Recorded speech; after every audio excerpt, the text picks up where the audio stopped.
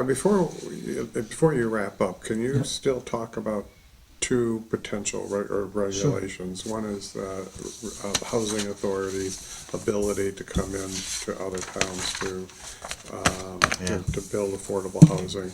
I mean, where is that in the agenda? Is that likely to pass? And then the inclusionary zoning. You can talk specifically about on that. the inclusionary, should we be going there? Yeah, so I was going to mention that first. So I have to be really careful about talking about that inclusionary zoning because, and I know you recently had some thoughts that you'd like to contribute, and I know we all traded an email, right, where we would have loved those thoughts, honestly, and we kind of reached out to actually ask for those thoughts. But when we've closed the public hearing, our advice to council is that we should really then close the input process. So I can talk to you about the timeline and things like that, but I can't get into the merits of and opinions about inclusionary zoning, so just need to be careful. But we're in the process. I can summarize where we are in the process. We've closed the public hearing on February 27th, I believe, is it? End of February, if I don't have the exact right date. And we're now in the process where we're discussing within the commission what we've heard during the 2 months of public hearing. We had a lot of input, and we likely will make some changes to it based on what we've heard, and then we have to eventually vote up or down on the regulation. So, for example, when we go to a town meeting and we make any changes to the lease or contract, whatever it may be, that changes it from what was noticed, we have to have another town meeting, right? If it's a grammatical change, it's one thing, but if it's substantive, we definitely have to renotice it and set up a whole new timeline for it. Does zoning have to do that? You said you're working on it and you're going to make some changes. Yep. Do those changes in fact trigger another process that has to be followed? That's one of those things where ultimately we'll need the advice of legal counsel on the particular changes we make. So, I can't, it's not an easy yes or no. Okay. There are certain changes that are, I'm just saying procedurally. Amendments to what was drafted and not significantly changing the fundamentals of what you're trying to do, so that doesn't trigger another one. Sure, if we completely rewrote the thing from the start, probably would need to, but I need to get the advice of counsel when we actually see the changes that we're going to make. And not wanting.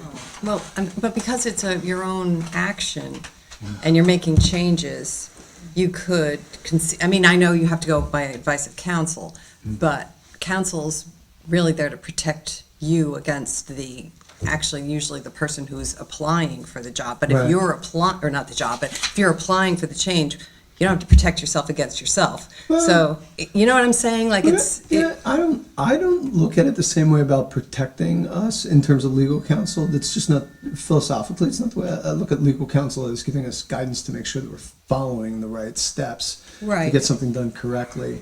And so, in this case, the question would be to our counsel, based on what we're proposing here, do we need to reinitiate, et cetera? What would be the precedent? What's the legal precedent for that?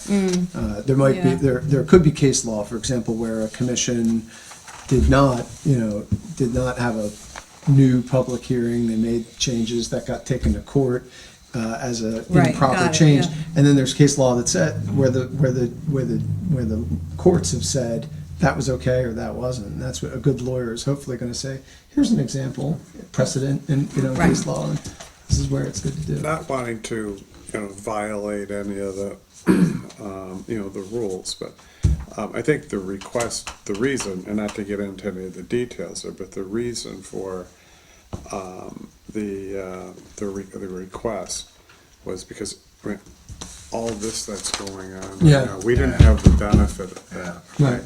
And it really was simple. It was really simply,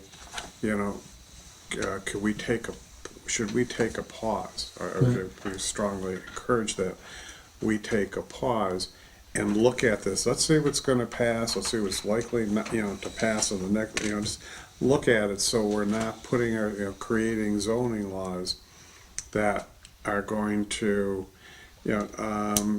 trip us up or put us in a situation that, it seems to me it makes a lot of sense to, and if it's even possible to, I don't even know what the correct terminology would be, but could we,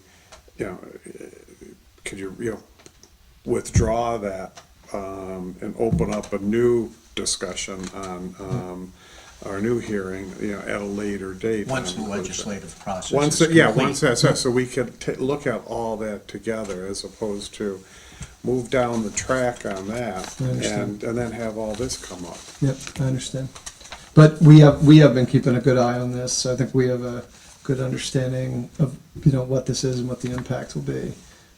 We've heard that request, we have discussed it, and at the moment anyway, within the commission, I think the consensus is to keep moving forward. We're not trying to get something done tomorrow, but we're trying to move forward without doing a full stop and a reset. That's the current consensus.